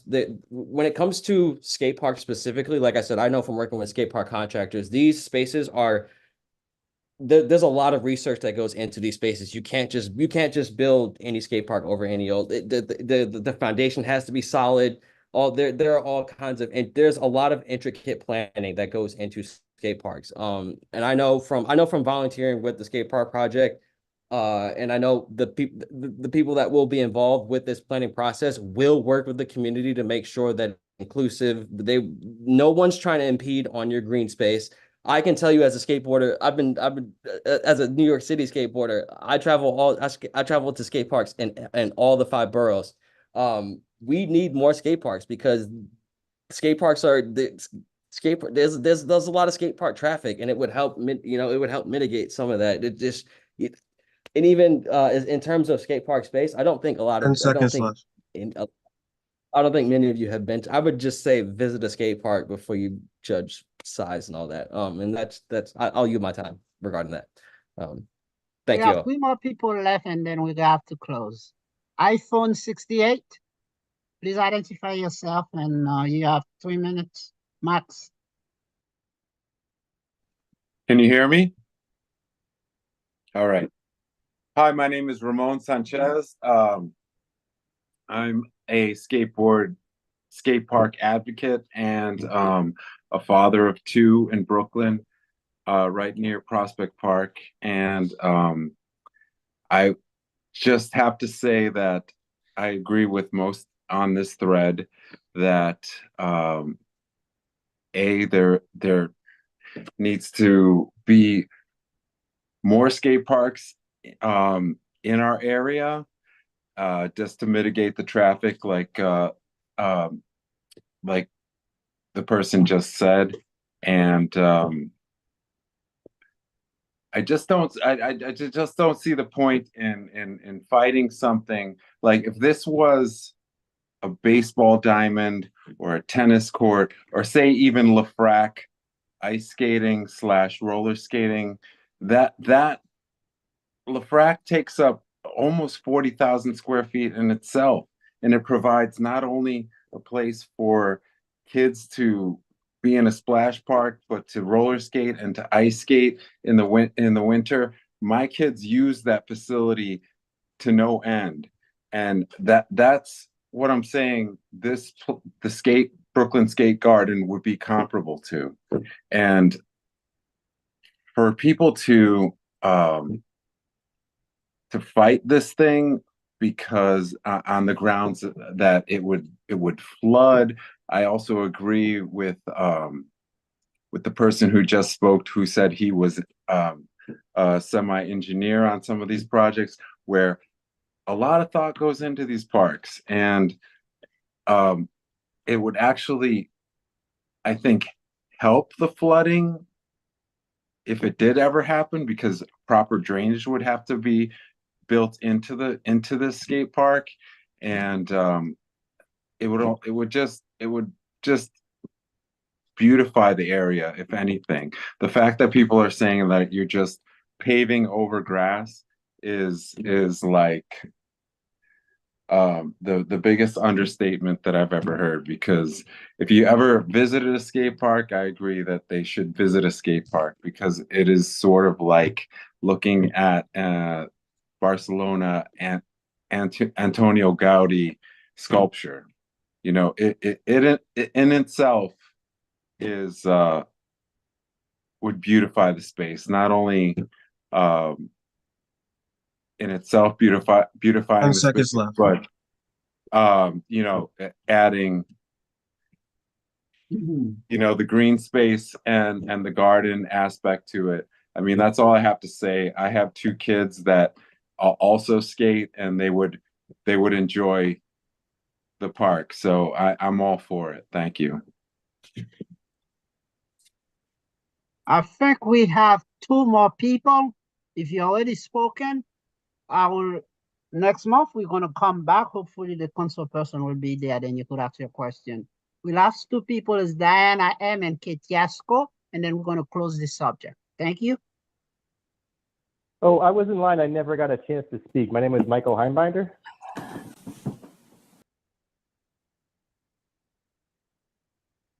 Yes, Mr. Almanor, please, if you can allow him to speak quickly. Oh, yeah, I'll be very quick.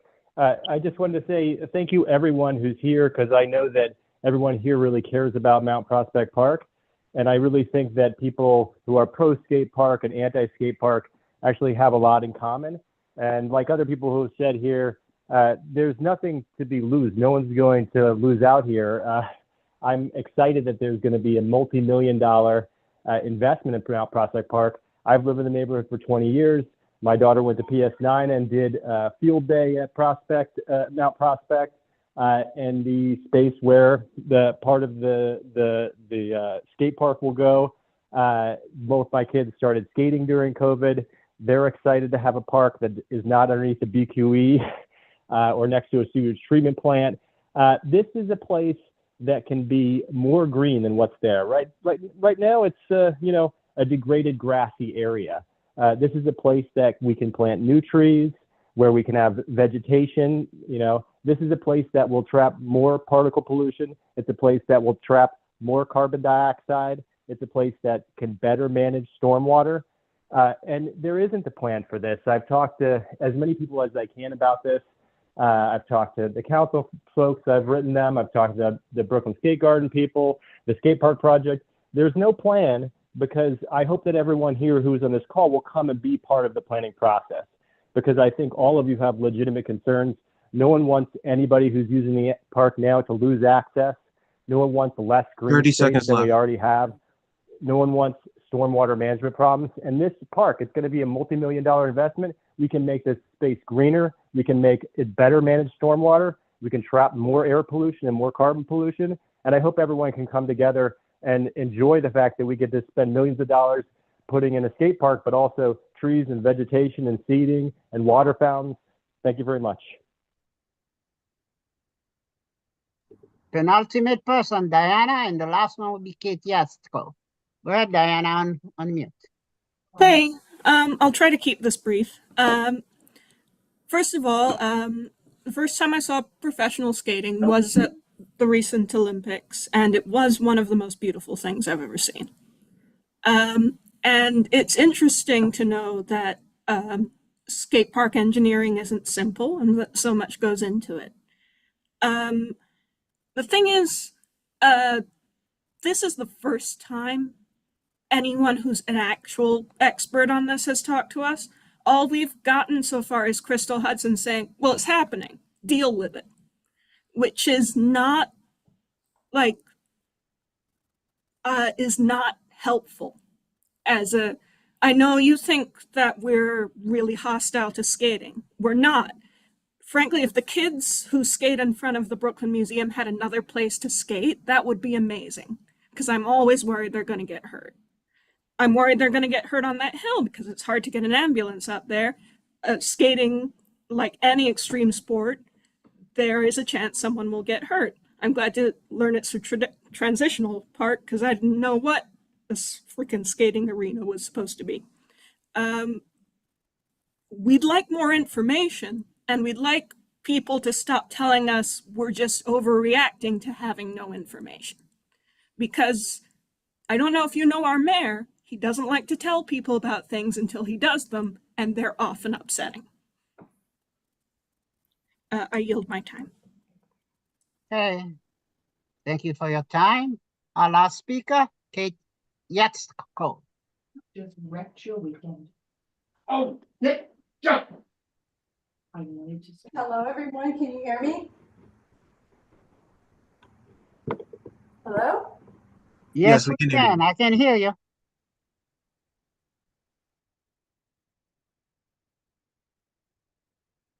Kate, can you hear us? If not, can we let Wade speak, please? He already spoke. Wade already spoken. Be back next week. Kate, you're on mute. Next month. Kate, you're on mute. Kate, unmute. Because we have more stuff to do beside this. All right. Okay. I just want to thank everyone. Can you hear me now? Yeah. Yes. I just want to thank everyone for their input this evening. I appreciate this community board meeting.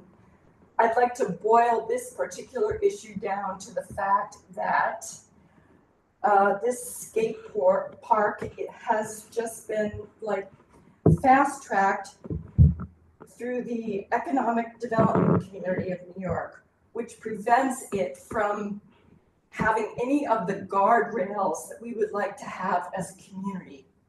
And I will just echo many people's sentiments. Give us a plan. and then we can speak about it. And because this project has been fast-tracked through the Economic Development Committee, they can just do whatever the hell they want. And, I really think this is wrong. And I think we need to think about it in a better way. Thank you. All right. I'd like to thank everybody for putting in there, because this committee wanted to know exactly what's going on in terms of this whole project. I'm glad we get people to speak about everything. I will invite you guys back next month, the second Thursday, where we're expecting the councilwoman to be there. In addition to that, I understand around the 25th of this month, there's going to be a public information statement that will be out with the mayor's office. Please stay tuned and check with the community board to find when we get the specific information about this particular day. So thank you very much. We're going to go back to the agenda. We have a lot more to cover in this agenda. So let me go back to the agenda. And it's my screen. And I'm coming. we need to try to get as much done within the next 10-15 minutes. Everybody's welcome to stay. And I would like to go for roll call of the committee members to see if Khalid, do you have that list? Actually, I just made the list and I was supposed to get it to Julia. I didn't get a chance to do it. I have it. You have it? All I right, have it. I have it right here too. So, Okay, so Maria Costa? No? Okay, Celeste Chase? Is she still here? I'm here. I'm here. Okay, hold on. Courtney, are you still here? Courtney was here. she was here earlier. Hold on. Sorry, Julia. I'm here. I was Paul. Okay, thank you, dear. We gave you credit. Okay, Paul Pascal? No? Paul Pascal? Okay, hold on a minute. I'm here.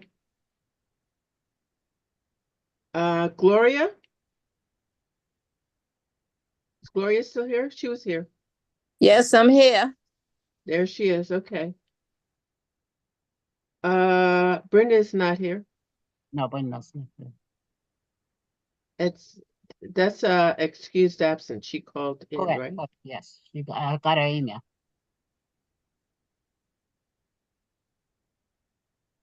Okay. David Romeo, Yes, are you here? I'm here.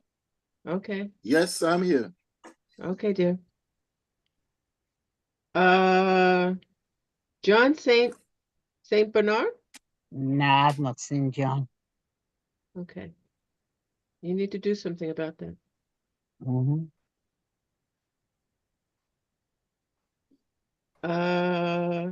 David Waters?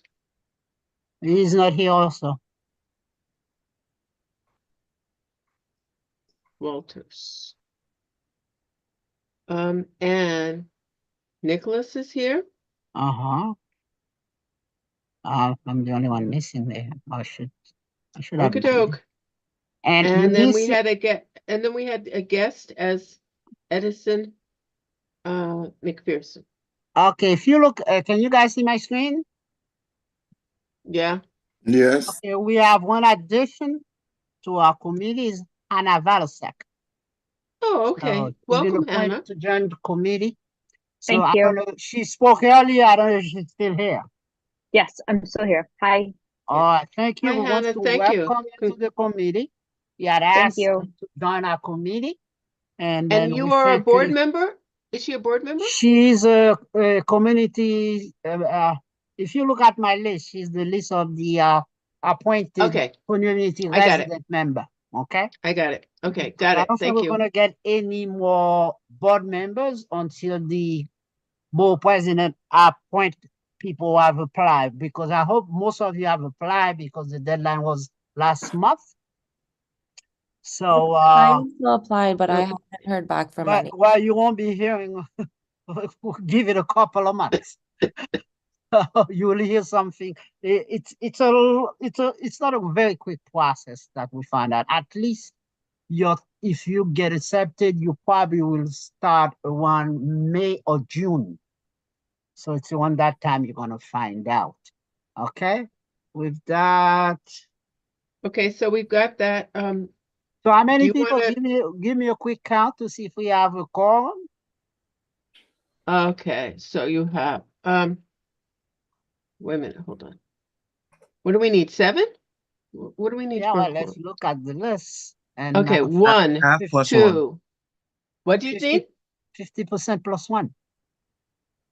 Okay, so I have 1, 2, 3, 4, 5, 6, 7, 8. I have 8. 8. I think we do have a quorum. Naima? Is she still Naima's here? here too. You didn't call her out. No, Yes. I didn't call you. Yeah. I know, but I You weren't see on- my you- name. I know, dear, but you weren't on my 1, other list that 2, I was calling. 3, Oh, okay, I'm 4, here. Okay. 5, Okay. 6. No. 6, 7, 8. Yeah, we have a quorum. Okay. Okay. Now, let's, if everybody, Brenda says she sent her, Oh, she sent she sent an email with she sent an email regarding, Do you want me to the read it for update- you? The update for the community garden. And Yeah, I do. before we get to that, can we hear from Gloria? Anything else you want to update us on?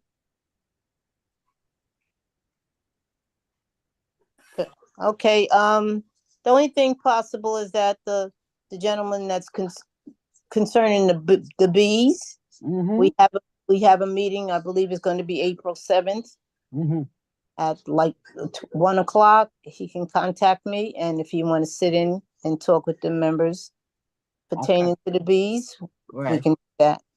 Yeah, because I think your garden. April has 7th, some what interest. time? 1 o'clock. At your garden? Yes. Which garden is you? You're not Maple Street. Union Street Garden and Community Development. Yeah, on Union Street Garden. Okay. All right. Thank you for that, and I'll include in our minutes the information from Brenda. Also, I would like to make a motion to approve the minutes of the last 2 meetings. To pass Has them? anybody had a chance to look at that? Yeah. Are there any changes? I think I could put one up. Okay. Okay, why don't you do one at a time? Do Okay. February and then March. And Uh, what's that, January and February? What do you do? January, we had a quorum. February, we did not have a quorum. So we really want to approve the meeting from January. Okay, all in favor? Notify by saying aye. Aye. Aye. Aye. All opposed? Any abstention? Okay. Seeing none, so minutes for January has been approved. Let's go. Are there anybody, something very quick, the constituency session liaison, anybody likes to report? Don't you know February too?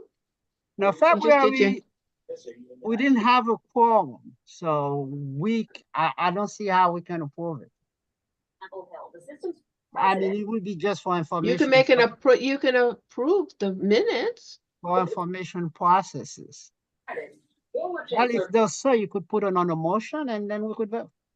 Yeah, you make a motion. I make a motion that we approve the minutes for February. A second. All in favor? Okay, you have to count. Can we go by unanimous consent? If you are opposed, just state your name. If you have any abstention. Okay. Was that the vote? No, meeting for February has been approved. Okay, Okay, cool. quickly, maybe less than a minute, any information about from the cultural liaison report? We know we got something already from the Brooklyn Museum. We could move on to the Yes. other places, Prospect Park Alliance, Botanical Garden, and so on and so forth. Hi, Any Courtney updates? about the Prospect Park Courtney. Alliance. Okay. Yes, go ahead. Very quick, they're doing a push to get funding for the Lakeshore renewal in the park. If you recall, with the heavy rains in fall last year, there was a lot of problems that occurred. They're looking for funding. Right now they have an open like a petition and an ability to send letters to your electeds on their website. So if you'd like to support it, you can go to their website. What's it called? The lake improvement? Lakeshore improvements. There should be some community meetings about it coming up. I don't remember. I was at that meeting also. I don't remember. It's not top of my head. But we probably should check the Prospect Park Alliance website. They have a lot of that information there. And they're always in the Friday e-blast. Yes. They're pretty good at it. So I think that information will be there.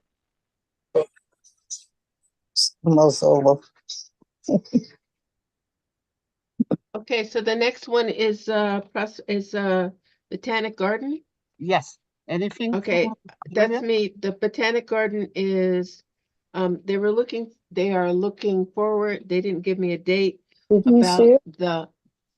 about the cherry blossom.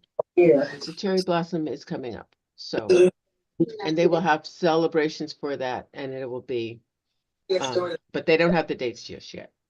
Okay. Are we missing anyone? Because we already have the Brooklyn Museum that were here earlier. One of the things I forgot to mention last year is last meeting was the possibility to become to join the advisory board for the Major Owens. Oh. Say more about that. I know one person that applied, and also I spoke to Dante, our district manager. He also has applied to become the member of the advisory board of the Major Owens. This is the part in our committee that is missing, sports and recreation, and hopefully we'll get somebody who will be a liaison that would speak of what's happening in terms of that particular space, any other sports and entertainment activity within the community. So the report is that you're looking for a liaison? Yes, I'm hoping we get a liaison for that. But if one of I was approached by a community member who gave my name as a reference as she applied. Hopefully she get in, and she said she would love to come and join the committee. So we'll wait on that and see.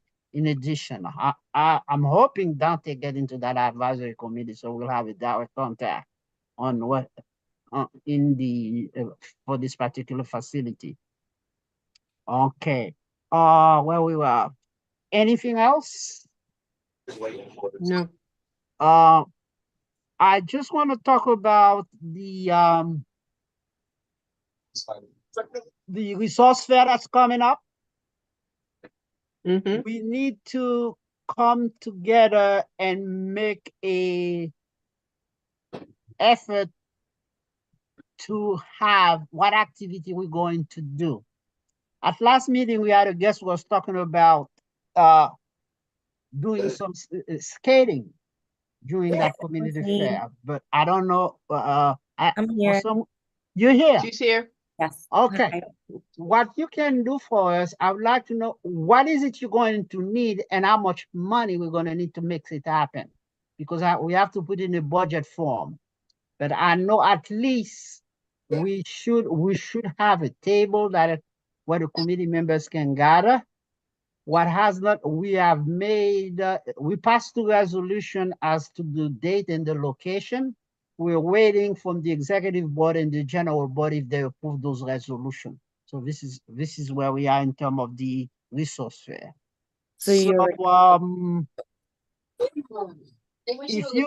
if you have my email or my phone number, please let's have a talk after that to see what we could work out, to see what we're gonna need and what budget we're gonna need to make it happen. We have to put that in because before the community fair is only a few months away, so we need to get that. We have to move on it very fast. I just followed up in my initial email. I emailed you after last month's meeting to get your contact information, but I haven't heard back, received so it. I followed up to that email. I think Khalid, you have to approve us sharing information, so I'll send another email after this Okay, meeting. you both approved. I will send the information right now. Thank you. Okay, great. Because I was looking for something like that. Thank you. Does anybody have any other suggestion of what this committee can do during this particular fair? Right now, let's just enjoy the trip. I mean, if you don't have anything on the top of your head, you could email me or send the information to us. When does the fair take place? Well, it's supposed to be June 1st. That's the date we suggested. Okay. Spanish, but what is Portita? Perfecto. Okay. And this is the block party, right? Say that again? The block party resource Yes. fair? Well, we had a discussion whether some people say it should be just a reserve fund, not a block party. So, but I think my personal way to look at it, I think it should be both. Combination of both, because last year we had the resource fair, then we had a youth summit with a film festival, the youth film festival. That was the second part of that. So I think if you could think of any other activity that should take place, then we should come up with that. And I think I'm going to approach the youth committee to see what else they are planning to do, to see this, so we don't duplicate. Okay. Worst place I've ever been. All right. Do we have any voting item for today? I don't think so.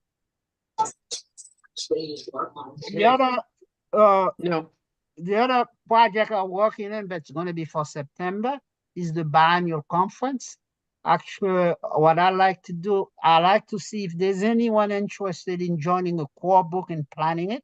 I think the date will be probably the third or the fourth Friday in September for the biannual conference of Park Recreation Committee in the whole borough of Brooklyn. That's the extent of what I have today. So are there any old business? I don't feel like we have anything that we need to work on, per se. I think the old business is that we're gonna be hosting Crystal Hudson next month. Is that what?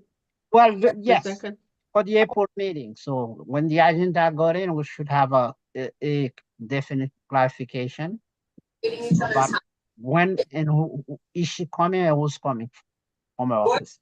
Okay. Who's going to coordinate that? I've been in contact with them. I will coordinate that. So I've been in contact with her office for the last, since mostly this week. So I have a direct contact for the person responsible for that. So they've been calling me, and we've been exchanging email in terms of make sure that we get this particular situation helping us for the next meeting in April. They already agreed that she will come in April. So let's see what happened from that. That's why they told me this afternoon. Okay. Okay. Any new business?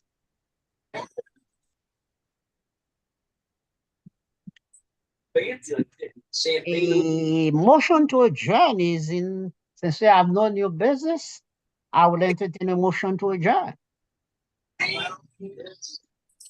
Okay. I move to adjourn. Is there a second? I second it. Okay, so meeting of the CB9 Park Recreation Corridor Committee is adjourned. until next month, which is the second Thursday of next month. So And I'll try to get you the minutes by Saturday. yes, because I have to bring Yeah, them we'll to have the to talk about executive what we board. include. I gotta bring them to the executive board next week. Okay? Okay. Thank you. See you later. Thank you, you. everyone. Good night, Good evening, everyone. everyone. Good night,